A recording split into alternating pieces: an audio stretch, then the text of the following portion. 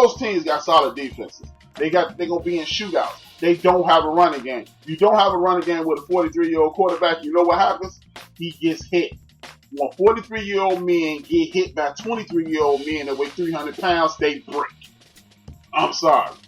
And he gonna say, I ain't got it, as he throw the ball. If they put a mic on Tom Brady next year, when the boys get to blowing down his back, you see him throw away the ball, and I swear to God, he be, I ain't got it! And they let the ball go. I need Spreaker on my Mr. Spreaker for assistance to get my demo played. Ain't no demos being played, homie. I heard you rap. You suck. Now, with that being said, let me move on. Those dudes, I do believe Corey Davis is going to end up in Green Bay because everybody getting their panties in the bunches. Aaron Rodgers didn't get no help. Hey, bro, 13-3, one of the best quarterbacks in the history of the game, one of the best wide receivers in the game. They drafted running back, they drafted offensive line, and they drafted mostly defense. The last time I checked, when you get beat 20-37 and the quarterback only throws 3 passes all game, offense is not where you hurt. The last time I checked, defense is where you're hurting. I mean, 37 points. Just imagine if the defense would have stopped the other team 3 other times, they would have got them a net 10 more points. Then you'd have 30 points and they would have stopped 3 times and voila, you fuck around and win if you score 23 to 30 points in a playoff game. Hey man, history tells me if you score 23 to 30 points in a playoff game, you win. So maybe Aaron Rodgers don't need help, and maybe he just needs his players to stay healthy. Maybe he just needs other people on his team to step up and do what they're supposed to do defensively, and then they make those moves. Look, they drafted this boy Jordan Love, who y'all in the media kept saying, he needs to be developed for 2 or 3 years. So if you got a guy who needs to be developed for 2 to 3 years, and you got a guaranteed 2 years on Aaron Rodgers' contract, people, why are they talking about this? Because we're gonna coach this young man up and kick this old man to the curb. He's 36 years old. He'll be 38 years old. I don't know a lot of people playing football at 39 years old. You know, they done trick y'all into believing plyometrics and Drew Brees. They can eat avocado ice cream and big piles of cat shit and all this, and you're going to stay healthy. No. When 300-pound men fall on 30-plus-year-old men, they hurt, and they hurt for a long time. I don't give a damn what you eat, what you drink, what you don't drink. 300-pound men falling on your body is not good for your health. My man Big Illinois is in the building. He said, Bass 10-6 next year, we shall see.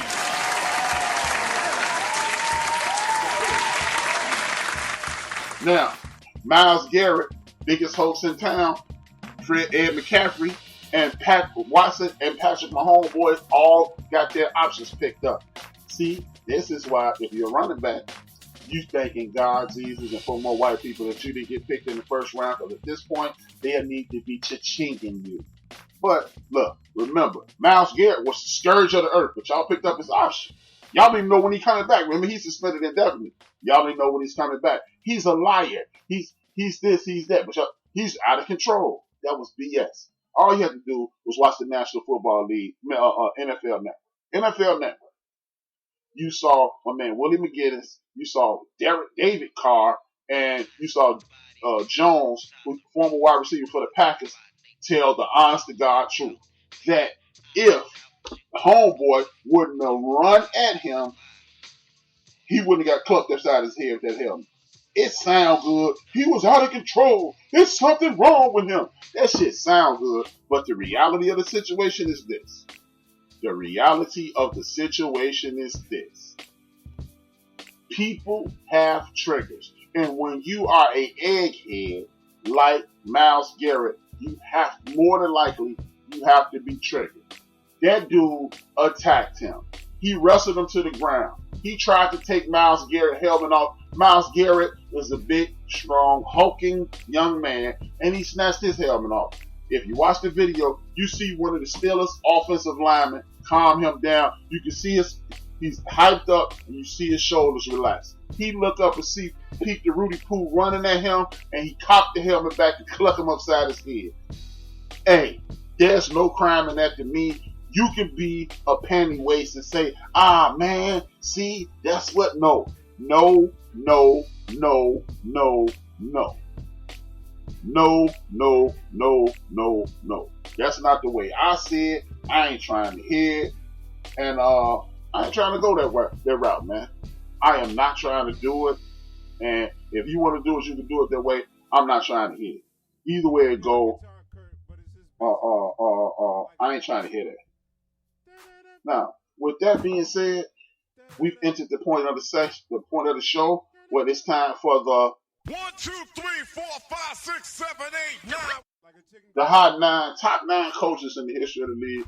And I was going to do another list, but I came up with this list real quick at the end of the get down because the late great Don Shula passed away. And I'm going to do this right before the halftime of the show because I want to pay homage to Don Shula, one of the greatest coaches in history. He's like top 9.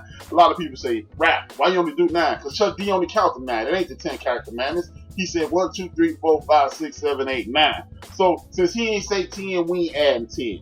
Now I'm gonna start off my list. These are the best coaches in the corners to me. If you disagree, agree, just want to participate, come up with your own list. 773-797-2409. That is 773-797-2409. We are in the building. Built for this network is brought to you by a whole bunch of stuff that we ain't paying for. How about that? Now, with that being said, I'm going to start at the bottom. I'm starting at the bottom. With that being said, I'm going to go with Bud Grant. Bud Grant is one of the greatest coaches in the history of the league. He never won a Super Bowl. Bud Grant never won a Super Bowl. He took the Vikings to 4 Super Bowls. He had some of the best players in the league. He had the paper people eaters, but he continued to go up against teams.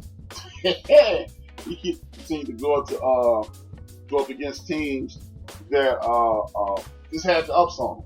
He ran up against the Raiders. Old man Willie Brown, Snake Stabler, John Madden, a myriad of others, Dave Casper, Dr. Death, the Assassin. He came up against a better team. The Pittsburgh Steelers, we know who the Bronx Steel Curtin is. It was too much for him. Then he came up against now he come against the Dallas Cowboys. He came up against, I think, the Steelers twice. He just couldn't get it done, y'all. Sorry, Bud Grant, but it does not mean it's because you didn't win the championship. Does not mean you're a great coach. Fran Tarkenton, other quarterbacks, he was getting it in. I got mad respect for Bud Grant. Much love to him. He's number 9 on my list.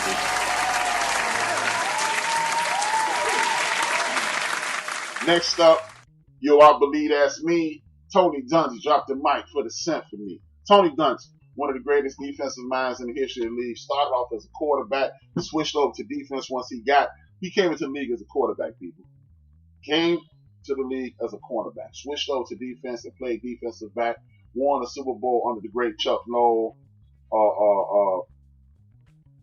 won a Super Bowl under the great Chuck Noll, assumed the position as an assistant, went to Kansas City, went up to Minnesota, became one of the better defensive coordinators, and then went down to Tampa and changed the culture down there. He changed the uniforms. He changed the culture. Before he got there, they were the Tampa Bay Buccaneers. They have a record for the most losses in any regular season. They have the worst winning percentage in the history of the National Football League. But when Tony Dungy got down there, they instantly became a playoff team. They instantly changed the culture. He drafted two guys in the Hall of Fame. I expect 2 more guys. You got Sapp, you got Mr. Derrick Brooks, you got Lynch probably gonna go in, and you got a Rondé.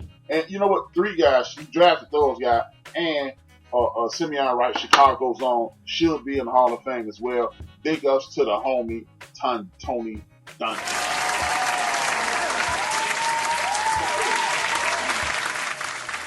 Next up is my favorite football coach ever. My favorite football coach ever. Favorite professional football coach. My favorite football coach is my coach, Jimmy Fields. Rest in peace. Favorite professional football coach ever is Jimmy Johnson. He's next up. Jimmy Johnson is next up. The reason I picked Jimmy Johnson is because Jimmy Johnson took over a job that he's always gone places to whereas if he lose, it will be solely on him. It ain't like, oh man, you got a chance to win, Jimmy. You know, you can build the culture. He took the Oklahoma State job, built up the culture.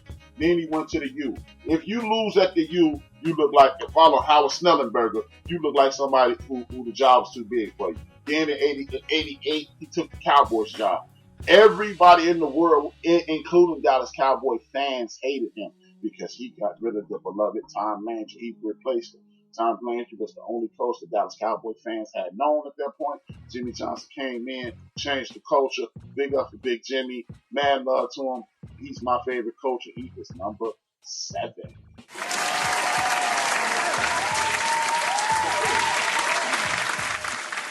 Next up is the aforementioned great Don Shula. Don Shula was arguably, again, the reason you have to respect Don Shula, he coached Johnny Unitas to the Super Bowl. He coached to the Super Bowl. He coached the Colts. They were a juggernaut. He was there. He was getting it in.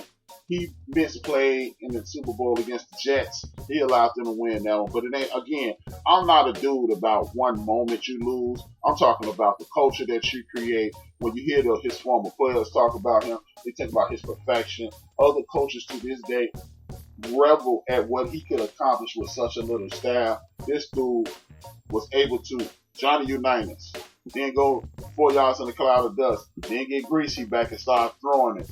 Continue to win until you got David Woodley. Take David Woodley to the Super Bowl. They lose to the Redskins. That's neither here nor there. Then he gets Dan Marino. Now it's all hands on deck. Bombs away with Super Duper, Mark Clayton, and the rest of that crew. Nat Moore and those guys. Look, Don Shula is the man. Always will be the man. Mad respect to Don Shula. I'm trying to tell y'all, he the man.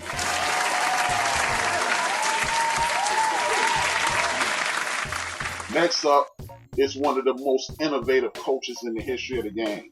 He's the architect of the Doomsday defense. He's the architect of the Dallas Cowboys image. He is the architect of the Dallas Cowboys, their first and longest tenured coach. Innovative offensively. A commander of the offense. This dude started off as a New York Giant assistant. Tom Landry is borderline. Well, if you can be that, I don't believe in this, but the terminology, but he is a football genius. He went to 4 Super Bowls, or maybe 5. He went to 4 Super Bowls at least, and 1, 2, could not get over the hump with the Pittsburgh Steelers. Tom Landry, one of the greatest coaches in the history of the world. Holla at your boy, Tom Landry is the man.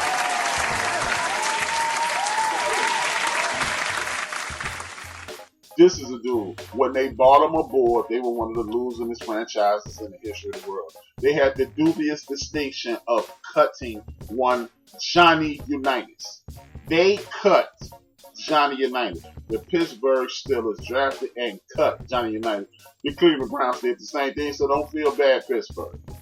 Johnny Unitas comes with his team, but they hired this dude. He drafted Mean Joe Green. Fun fact, the next player he drafted was Al Bundy. I can't think his real name right now. He was drafted after Joe Green. But he's known as Al Bundy, but I can't think his name, whatever his name is right now.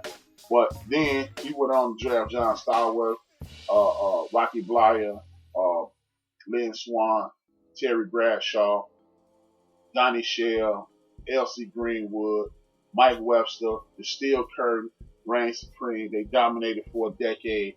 He never, I don't think he ever had I think he had very few losing seasons. He went to 4 Super Bowls and had Terry Bradshaw not destroyed his shoulder in the late 70s, the early 80s. We never know what that team would have been because he rebuilt it, reshaped it, retooled it on several occasions. Could never replace the quarterback Chuck Noll, a man of very few words, but a man who was definitely a winner. He's next up on my list. Big ups to Chuck Noll.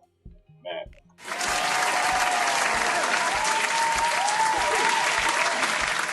Next up is a dude who I have a lot of respect for. Even though one time I was listening to him on NBC Sports and he damn near invented, according to him, he damn near invented everything that has something to do with football. I'm just not. I'm shocked that he didn't say he actually invented football as hard as he was going on this day.